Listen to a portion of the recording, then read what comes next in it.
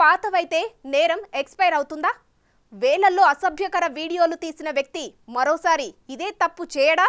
ప్రముఖ రాజకీయ కుటుంబంలో ఉంటూ మాజీ ప్రధాని మనవడిగా మాజీ సీఎం అన్న కుమారుడిగా ప్రజ్వల్ అధికారాన్ని దుర్వినియోగం చేశాడా? ప్రజ్వల్ కేసు విషయంలో కేంద్ర బీజేపీ నాయకుల స్పందనేంటి?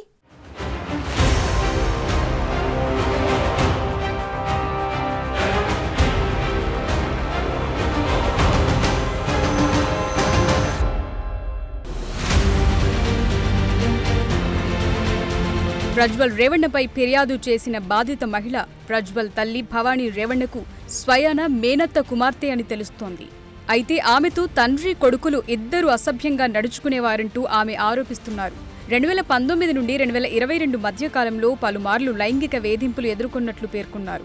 ఇంటిలో చేరిన 4 నెలల నుంచి తనపై లైంగిక దోపిడీకి పాల్పడుతూ వచ్చారని, భవానీ రేవణ్ణ ఇంట్లో లేని సమయంలోనే తనపై లైంగిక దౌర్జన్యానికి దిగేవారని బాధితురాలు ఆరోపిస్తున్నారు.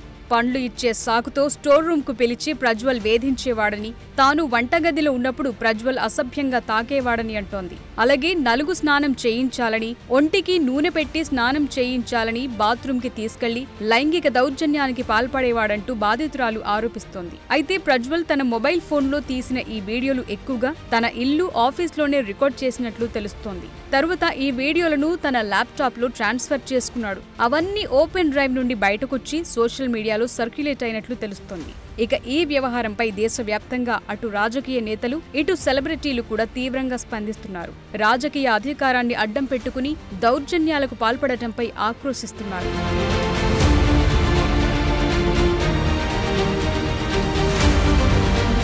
కన్నడ రాజకీయాల్లో ప్రకంపనలు రేపుతున్న ఈ వ్యవహారంపై తాజాగా నటి, మహిళా హక్కుల కార్యకర్త పూనం కౌర్ స్పందించారు. ఒక మంత్రి కొడుకు ఫోన్ ట్యాపింగ్ చేసి బ్లాక్మెయిలింగ్ కు పాల్పడితే మరో మంత్రి కొడుకు అమాయకుల్ని లైంగిక వేధింపులకు గురి చేశాడని మండిపడ్డారు. ప్రజ్వల్ రేవణ్ణ 2800 మంది మహిళలను లైంగికంగా వేధింపులకు గురిచేసి బలవంతంగా అశ్లీల వీడియోలు తీశాడని అన్నారు. డబ్బు, అధికారం ఉన్నవాళ్లను ప్రభుత్వాలు ఏమీ చేయలేవని, ఇప్పుడు అతడు జర్మనీలో హాయిగా గడుపుతున్నాడని అన్నారు. అంతేకాదు అతడికి శిక్ష పడుతుందా లేదా అని కూడా చెప్పలేమని ఆవేదన వ్యక్తం చేశారు.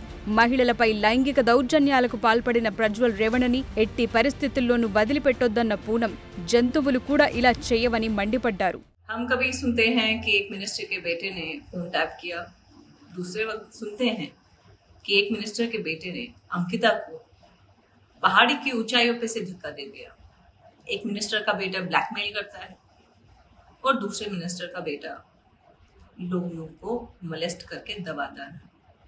लेकिन आज का जो केस है प्रज्वल का, जो कर्नाटका के मिनिस्टर का एक बेटा है, उसने 2800 लड़कियों के साथ फोर्सिबली वीडियोस बनाए और ऐसे अश्लील वीडियोस बनाए।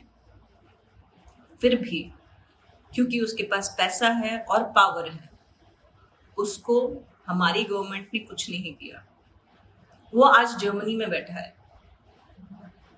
और जब तक ये जनरल पब्लिक दबाव नहीं बनाएगी तब तक उसको कुछ नहीं होगा।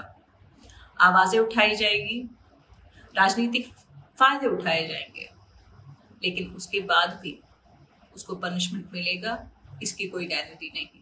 ఇక ప్రముఖ జర్నలిస్ట్ రాజ్దీప్ సర్దేశాయ్ కూడా ఈ వ్యవహారంపై ఆవేదన వ్యక్తం చేశారు.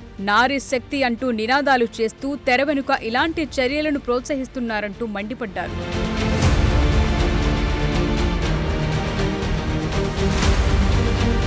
ఈ లైంగిక వేధింపుల వ్యవహారంపై కేంద్ర హోంమంత్రి అమిత్ షా కూడా స్పందించారు. లైంగిక వేధింపులకు పాల్పడిన వారిని క్షమించే ప్రసక్తే లేదని తేల్చి చెప్పిన ఆయన, నారీ శక్తికి తాము అండగా ఉంటామని భరోసానిచ్చారు. కర్ణాటకలో కాంగ్రెస్ ప్రభుత్వం ఉందని, ఇప్పటిదాకా ఆ ప్రభుత్వం ఎందుకు చర్యలు తీసుకోలేదని ప్రశ్నించారు. అది ఆ రాష్ట్రానికి సంబంధించిన శాంతి భద్రతల అంశమని అన్నారు. కర్ణాటకలో బీజేపీతో జేడీఎస్ పొత్తు ఉందన్న విషయాన్ని గుర్తు చేసిన అమిత్ షా, మా భాగస్వామి పార్టీ సైతం రేవణ్ణపై చర్యలు తీసుకుందని, ఇప్పటికే జేడీఎస్ ఈ విషయాన్ని అధికారికంగా ప్రకటించిందని గుర్తు చేశారు. దీనిపై సమగ్ర విచారణ జరిపించాలని, నేరం రుజువైతే శిక్షించాలని డిమాండ్ చేశారు.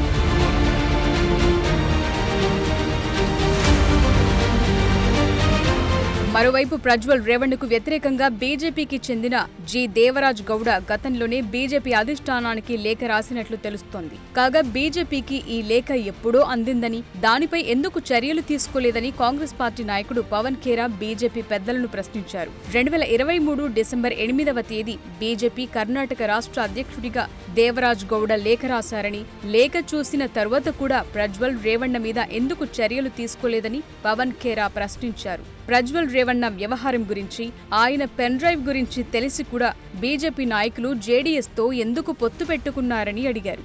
సీరియల్ రేపులు చేసి వాటిని వీడియో రికార్డ్ చేసి పెన్ డ్రైవ్లో ఉంచిన ప్రజ్వల్ రేవణ్ణను ఎందుకు ఉపేక్షించారని అన్నారు. బీజేపీ కేంద్ర అధిష్టానానికి ఈ విషయాలన్నీ ముందే తెలిసినా చర్యలు తీసుకోవటం మానేసి రేవణ్ణతో ప్రధాని మోదీ కూడా వేదిక ఎందుకు పంచుకున్నారని, ప్రజ్వల్ రేవణ్ణ కోసం ప్రచారం ఎలా చేశారని కాంగ్రెస్ నాయకుడు పవన్ ఖేరా ట్వీట్ ద్వారా ప్రశ్నించారు.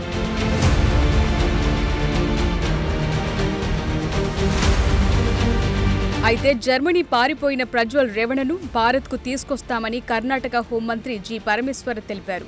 ఈ కేసు దర్యాప్తు కోసం ఏర్పాటు చేసిన సిట్ ఆ దిశగా చర్యలు తీసుకుంటుందని వెల్లడించారు. కర్ణాటక మహిళా కమిషన్ ఫిర్యాదు మేరకు రాష్ట్ర ప్రభుత్వం ఐపీఎస్ బీకే సింగ్ నేతృత్వంలో ప్రత్యేక దర్యాప్తు బృందాన్ని ఏర్పాటు చేసింది. దీంట్లో 2 మహిళా ఎస్పీలు కూడా ఉన్నారని హోంమంత్రి పేర్కొన్నారు. ఈ కేసు దర్యాప్తులో ప్రభుత్వం జోక్యం చేసుకోబోదని, వీడియోలకు సంబంధించిన పెన్ డ్రైవ్లను దర్యాప్తు అధికారులు స్వాధీనం చేసుకుని ఫోరెన్సిక్ విభాగానికి పంపుతారని అన్నారు. 10 నుంచి 15 రోజుల్లో దీనిపై నివేదిక అందుతుందని అనుకుంటున్నామని అన్నారు. అయితే ఇదే తరహా ఆరోపణలతో ప్రజ్వల్ తండ్రి హెచ్డి రేవణ్ణపై కూడా ఫిర్యాదు అందింది కాబట్టి ఆయనపై కూడా విచారణ జరుపుతారని పరమేశ్వర తెలిపారు.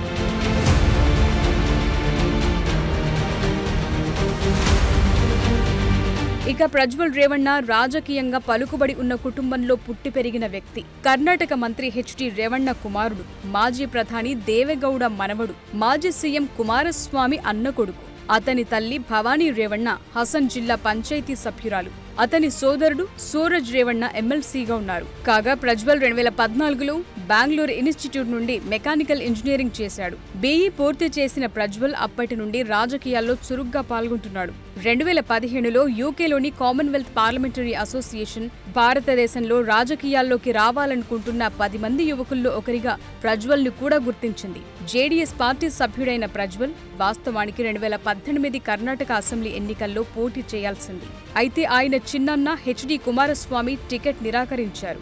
ఇది వారి కుటుంబంలో వివాదాన్ని రేపింది. తరువాత హసన్ లోక్సభ నియోజకవర్గం రాజకీయాల్లో ప్రజ్వల్ చురుగ్గా పాల్గొని తన సామర్థ్యాన్ని నిరూపించుకున్నాడు. దీనికి ప్రతిఫలంగా 2019లో ప్రజ్వల్ జేడీఎస్ స్టేట్ జనరల్ సెక్రటరీగా పదవి చేపట్టి అదే ఎన్నికల్లో హసన్ లోక్సభ సభ్యుడిగా పోటీకి దిగి గెలుపొందాడు. ఆ ఎన్నికల్లో జేడీఎస్ నుండి ఎన్నికైన ఏకైక ఎంపీగా ప్రజ్వల్ నిలిచాడు. ప్రస్తుతం హసన్ నుంచి లోక్సభ ఎన్డీఏ అభ్యర్థిగా పోటీ చేశాడు.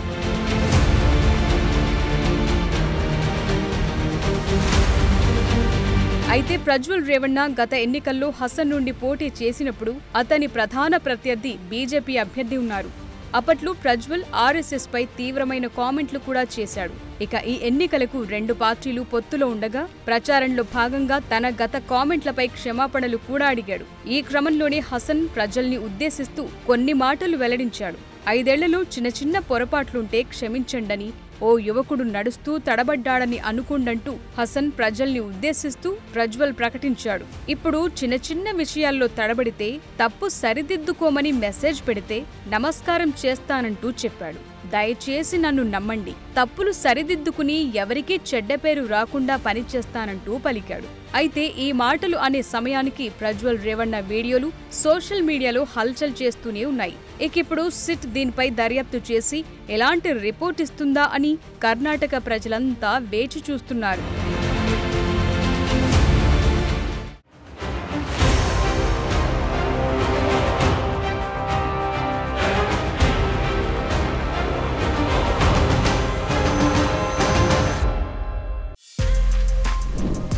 For more videos like this, subscribe Big TV channel.